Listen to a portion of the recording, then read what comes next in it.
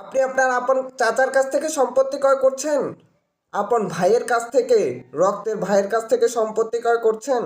আপনি আপনার দাদা, চাচা, খালু যেই হোক না কেন, যে আপন লোকের কাছ থেকেই সম্পত্তি ক্রয় করুন না কেন, যদি আপনার বাবার কাছ থেকেও যদি সম্পত্তি ক্রয় করেন, তারপরেও আপনাকে ওই সম্পত্তিটা রেজিস্ট্রি করতে হবে।